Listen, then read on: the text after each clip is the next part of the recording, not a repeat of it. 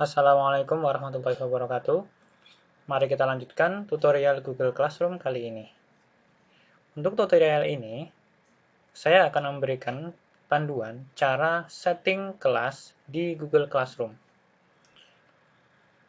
Untuk tutorial ini, saya asumsikan bahwasannya Bapak dan Ibu guru sekalian sudah membuat kelas di Google Classroom.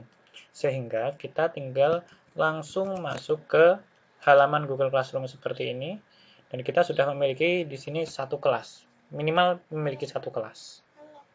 Untuk men-setting Google Classroom kita, tentu saja kita harus masuk ke kelas yang akan kita setting. Maka kita klik saja di kelas ini, misalnya saya ingin men-setting kelas bahasa Inggris 8C ini, saya klik, maka langsung masuk ke kelas saya. Selanjutnya, untuk men-setting, langsung kita klik gambar gear di kanan atas ini. Ya, di bagian kanan atas ini. Jadi ada tombol yang lingkaran ini untuk akun, tombol ini untuk aplikasi Google, memilih beberapa aplikasi Google, dan yang sebelah kirinya tombol gear. Maka untuk men-setting, kita klik tombol gear ini. Ya, kita sudah masuk ke halaman pengaturan dari Google Classroom yang bahasa Inggris 8C. Nah, seperti yang kita dapat lihat, di sini tampilan ini ada nama kelas, deskripsi bagian, ruang, dan lain-lain. Ini mirip dengan ketika kita pertama kali membuat kelas tadi. Sehingga melalui menu setting ini, kita pun juga bisa mengubah identitas kelas kita atau detail kelas, ya. Bisa misalnya kita ingin mengganti yang tadinya 8C menjadi misalnya 8D, 8A, B, EF, dan sebagainya. Atau mungkin misalnya ini tadi salah ketik, bisa kita benarkan, sesuaikan. Karena ini kita tinggal klik saja. Nah, misalnya ini 9A misalnya. Nah, sudah selesai. Sudah, maksud saya ini sudah bisa digunakan untuk mengedit. Deskripsi kelas, di sini juga bisa kita mengisi deskripsi kelas, tetapi jika tidak juga tidak masalah. Untuk contoh kali ini saya tidak memberikan deskripsi kelas karena sepertinya kalau di sini menurut saya mesti siswa juga tahu bahasa Inggris ini maksudnya apa, 9A ini maksudnya apa. Jadi tidak perlu saya berikan deskripsi dari kelas ini, mereka pasti paham.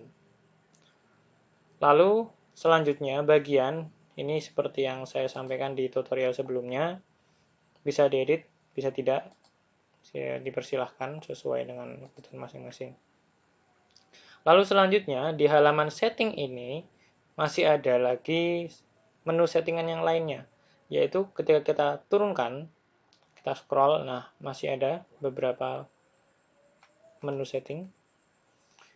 Selanjutnya adalah yang umum. Di bagian umum ini, di bagian settingan yang umum ini, kita lihat pertama kali ada kode kelas.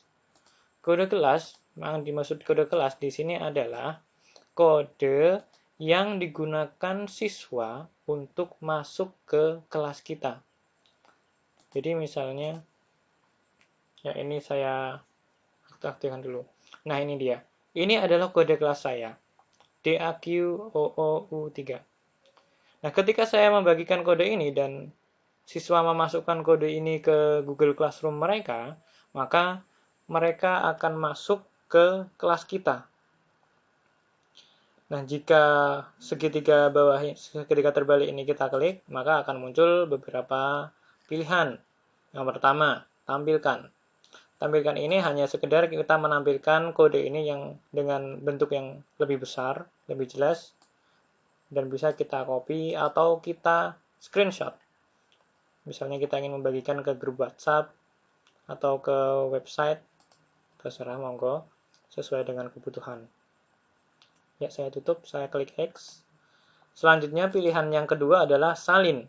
Salin di sini untuk mengcopy apabila kode ini akan kita copy ke pesan aplikasi chat, pesan atau WhatsApp atau yang lainnya. Jika ingin membagikan ke siswa, bisa juga langsung klik salin ini. Misalnya saya klik salin, ya kode kelas disalin di sini tulisannya. Lalu pilihan yang ketiga ada reset. Maksud reset di sini adalah apabila kejadiannya kode ini tersebar luas di internet secara umum misalnya. Lalu kita ingin menggantinya agar mereka tidak bisa masuk tanpa seizin kita.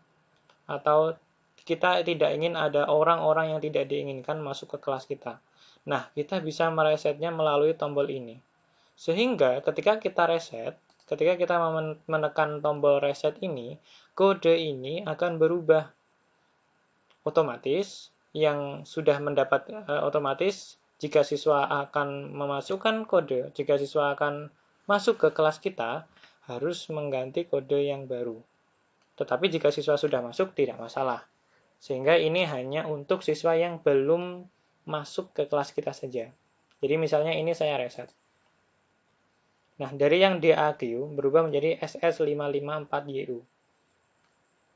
Nah, inilah kode yang harus kita bagikan ke siswa yang belum masuk ke kelas kita. Untuk yang sudah masuk, tidak akan terpengaruh apapun. Lanjut, sekarang settingan forum.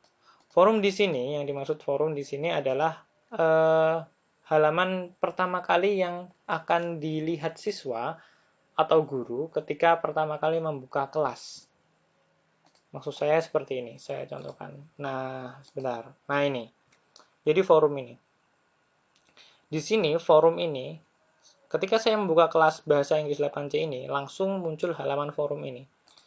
Nah, di forum ini nantinya isinya adalah segala sesuatu informasi dari guru, ataupun jika siswa diperbolehkan memposting, ya nanti dari siswa akan masuk ke sini, lalu tugas-tugas guru, info akademis dari guru, nanti juga akan muncul di sini.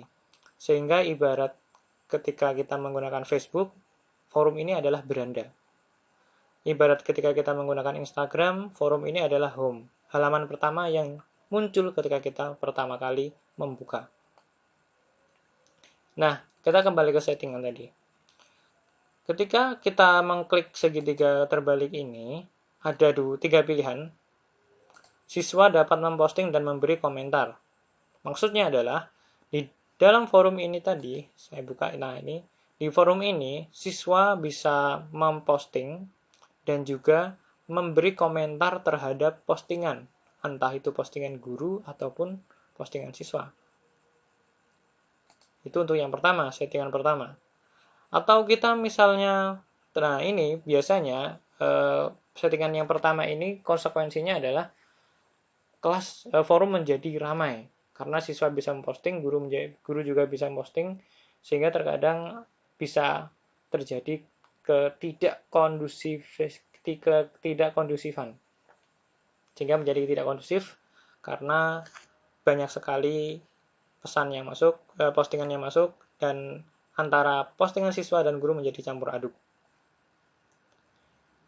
Nah, selanjutnya, jika kita ingin membatasi agar forum tadi itu lebih rapi, hanya dari guru saja, kita bisa memilih yang kedua ini. Siswa hanya dapat memberi komentar.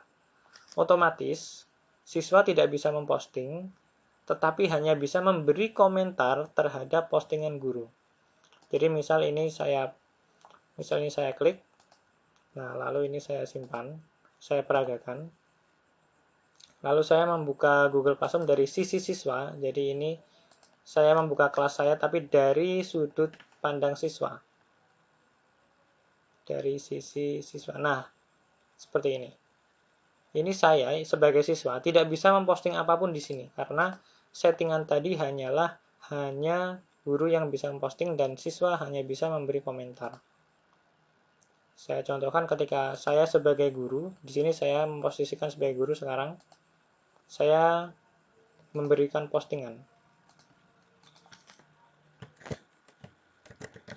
Selamat datang di kelas bahasa Inggris. Nah, ya, saya posting di forum ini sebagai guru. Saya berperan sebagai guru memposting selamat datang di kelas bahasa Inggris. Nah, apabila kita lihat postingan ini sebagai siswa, nah di sini saya menggunakan tampilan sebagai siswa. Di sini saya sebagai siswa tidak bisa posting apapun. Seperti yang dapat kita lihat di sini tidak ada tombol untuk memposting. Yang ada hanya untuk memberikan komentar. Ya, misalnya saya sebagai siswa memberikan komentar. Terima kasih. Misalnya seperti ini ya. Lalu saya kirim. Nah, ini saya bisa memberikan komentar di forum sebagai siswa karena di settingan tadi siswa dapat memberikan komentar, hanya dapat memberikan komentar. Sedangkan yang dapat memposting hanya guru. Nah, sekarang kita kembali ke settingan tadi, settingan classroom kita untuk forum. Oke. Tadi kita sudah mencoba siswa hanya dapat memberikan komentar. Nah, sekarang kita coba dahulu yang siswa dapat memposting dan memberikan komentar. Di sini saya simpan dahulu. Ya, sekarang kita kembali lagi tampilan sebagai siswa. Saya berperan sebagai siswa di kelas yang sama. Nah, jika kita men-setting siswa dapat memposting dan memberikan komentar, maka di tampilan siswa akan muncul seperti ini, bagikan sesuatu dengan kelas Anda.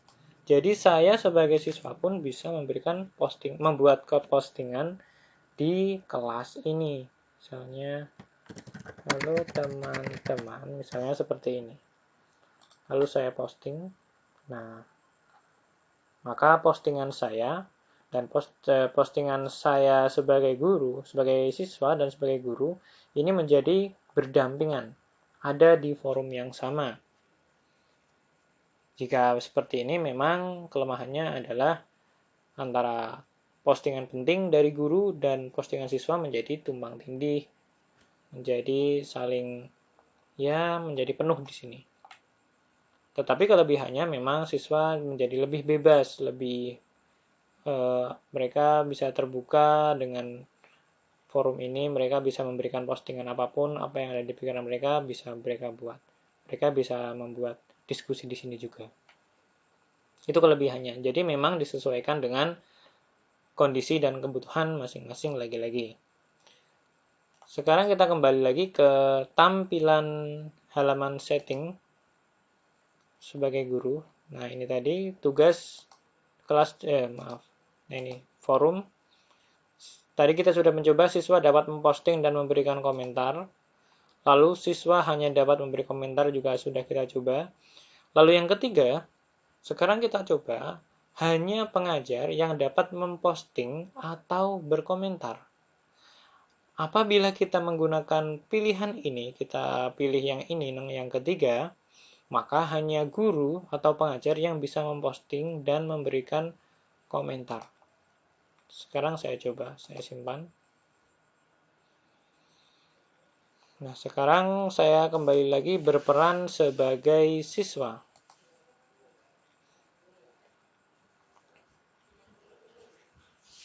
Nah, seperti ini. Saya sebagai siswa lagi-lagi tidak bisa memberikan komentar dan postingan di sini. Di sini tidak ada bagikan sesuatu seperti tadi kan. Jadi saya sebagai siswa tidak bisa membuat postingan dan juga kita sebagai siswa tidak bisa memberikan komentar. Jadi ini sudah tidak bisa ini. Komentar sudah tidak bisa menambahkan komentar atas postingan dari siapapun. Otomatis hanya guru yang bisa mengisi forum ini. Jadi bahasa lainnya ya kita membungkam siswa seperti itulah. Hanya kita yang bisa. Tetapi memang untuk kondisi-kondisi tertentu ini sangat penting.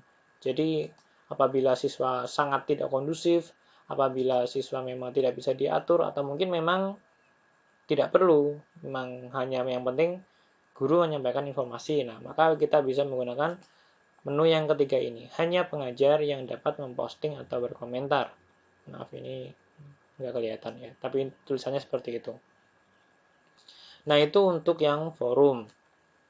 Sekarang kita lanjutkan ke tugas kelas di forum. Tugas kelas di forum maksudnya adalah jika kita menggunakan, ini saya klik dulu, nah ada 3 pilihan. Jika kita menggunakan yang paling atas, tampilkan lampiran dan detail, maka setiap kali guru atau pengajar memberikan tugas, maka di tampilan forum itu muncul tugas secara detail beserta lampirannya. Mari kita coba. Jika kita menggunakan tampilkan lampiran dan detail, saya simpan. Lalu saya sebagai guru mencoba membuat tugas dahulu. Misalnya ini saya beri tugas itu, silakan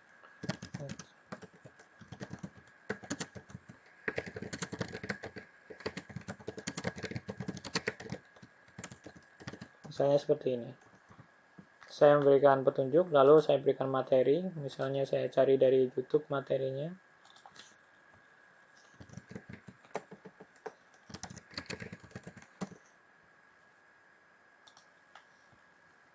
Ya, past tense.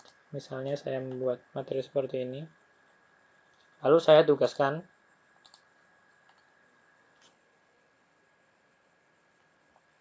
Nah, sekarang saya akan mencoba berperan sebagai siswa lagi. Saya refresh dahulu agar muncul semua. Ya, sudah muncul. Di sini, di forum ini, saya ini sebagai siswa, berperan sebagai siswa, dapat melihat tugas dari guru beserta detail tugasnya dan juga lampirannya.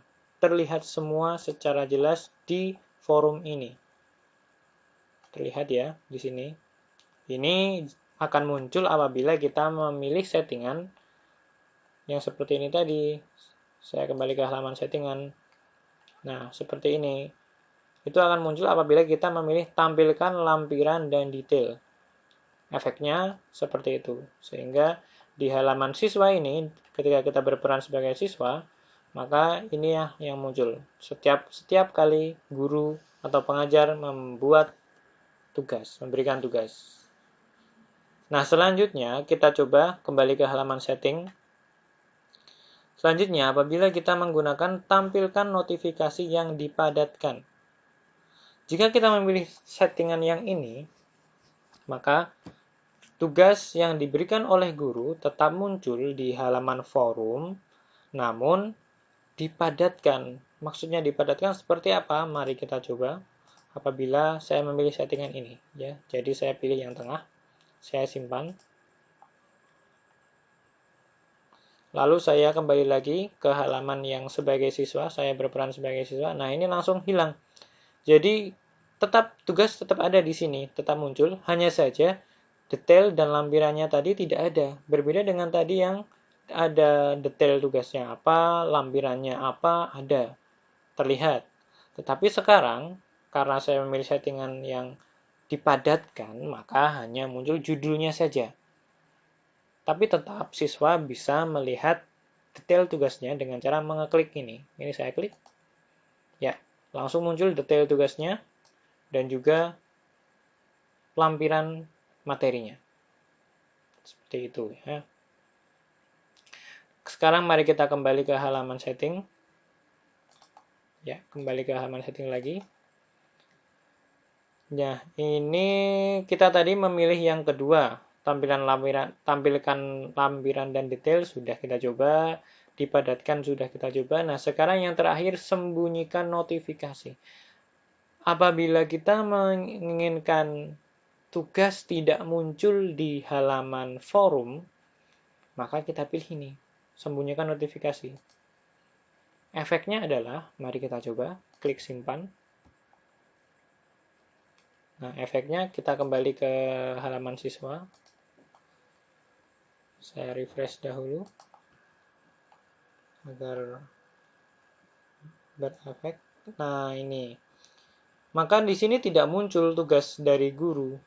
Di halaman forum ini tidak ada tugas guru. Yang ada hanyalah postingan-postingan yang non tugas. postingan informasi biasa atau mungkin diskusi biasa, bukan tugas. Nah, apabila siswa ingin melihat tugas, tentu masih bisa melalui ini, tugas kelas. Nah, ini tadi. Tugasnya masih ada, tetap bisa dilihat.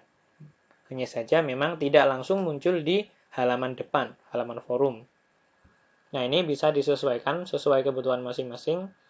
Apabila memang tidak diperlukan untuk berada di halaman forum agar tidak memenuhi halaman forum, bisa menggunakan opsi yang ketiga tadi, ya, opsi yang disembunyikan notifikasi. Ya, saya kembali ke halaman setting. Nah, ini tadi, sembunyikan notifikasi. Jika memang menginginkan setiap tugas tidak muncul. Tetapi kalau untuk saya pribadi memang biasanya menggunakan yang tengah ini, tetap ada notifikasi, tetapi dipadatkan, jadi tengah-tengah lah. Tapi tidak harus seperti ini. Lanjut, sekarang yang berikutnya, tampilkan item yang dihapus. Maksudnya adalah, apabila kita mengaktifkan tombol ini, menjadi, ya seperti ini, menjadi warnanya biru, maka setiap item yang dihapus, entah dari guru, entah dari siswa, apapun itu yang ada di classroom kita, maka akan muncul, tetap ada, tetap terlihat. Tentu saja tetap terlihat dari sisi guru, bukan dari sisi siswa. Dari sisi siswa, maka tidak terlihat. Saya contohkan. Saya simpan dahulu. Sekarang saya sebagai guru akan menghapus tugas yang sudah saya buat. Ini saya klik. Lalu saya hapus tugas saya tadi, yang sudah saya berikan saya hapus. Nah, maka di sini akan muncul postingan yang dihapus ada 2. Bisa kita lihat apa saja. Nah, ini tugas 1. Ini saya sebelumnya memang sudah pernah menghapus sehingga total menjadi 2. Nah, seperti ini. Akan muncul. Tetap muncul di sini walaupun warnanya lebih transparan. Dan di sini ada tulisan postingan yang dihapus. Nah, kalau kita melihat sebagai siswa, mari kita coba. Kita sebagai siswa melihat tugas yang sudah dihapus, apakah terlihat atau tidak. Mari kita coba refresh dahulu sebelumnya agar settingannya sudah yang terbaru. Nah, kita coba lihat tugas kelas. Ya, di sini tidak ada tugas yang muncul di tampilan siswa. Walaupun di tampilan guru masih ada dengan status yang terhapus, tetapi di tampilan siswa itu sudah tidak ada. Sehingga settingan tadi yang tampilkan item yang dihapus itu hanya akan terlihat oleh guru saja, guru atau pengajar, bukan siswa. Seperti itu. Saya kembali ke halaman setting. Ya, seperti ini ya. Berbeda jika ini saya matikan, maka jika saya matikan, setiap postingan yang dihapus tidak akan terlihat oleh siapapun. Nah, seperti itu. Jadi bisa disesuaikan. Dan memang kembali ke kebutuhan, karena terkadang memang jika seperti ini, ya saya kembali ke tampilan siswa, ke forum. Nah, terkadang misal ada siswa yang berkomentar, memberikan komentar yang kurang tepat, kurang pantas misalnya, maka akan tetap muncul di sini sebagai guru. Jadi misal ini komentar saya tadi, saya hapus. Nah, saya sebagai siswa menghapus komentar saya klik hapus. Ya, maka komentar hilang dari sisi siswa, tapi tidak dari sisi guru. Sekarang saya melihat dari sisi guru. Maaf ini saya. Nah, misalnya saya melihat forum, tetapi dari sisi guru. Nah, ini dia. Maka akan terlihat di sini tulisannya dihapus dan warnanya lebih transparan karena sudah dihapus oleh siswa. Namun, sebagai guru kita tetap bisa melihat, oh, tadi ada postingan seperti ini dan sekarang sudah dihapus nih. Jadi tetap bisa melihat dari sisi guru. Oleh karena itu, disesuaikan, monggo, sesuai kebutuhan. Jika memang fitur ini dibutuhkan, ya diaktifkan saja, tapi jika tidak, bisa dimatikan. Lanjut, sekarang kita ke penilaian. Untuk penilaian ini ada dua metode, maksud saya dua fitur yang bisa kita pilih. Untuk yang pertama adalah masalah penghitungan nilai. Di sini ada 3 jenis pilihan yang mana kita bisa memilih apakah nilai siswa itu tidak diberikan total nilainya, maksud saya tidak ditunjukkan total nilainya, karena ketika kita memberikan nilai setiap tugas, itu bisa ditotal. Nah, ini bisa kita pilih, apakah tidak ditotal atau diberi poin total. Itu bisa kita pilih. Atau yang ketiga, guru bisa menggunakan pilihan yang bobot nilai berdasarkan kategori. Jadi apabila guru menghendaki setiap tugas itu memiliki bobot tersendiri.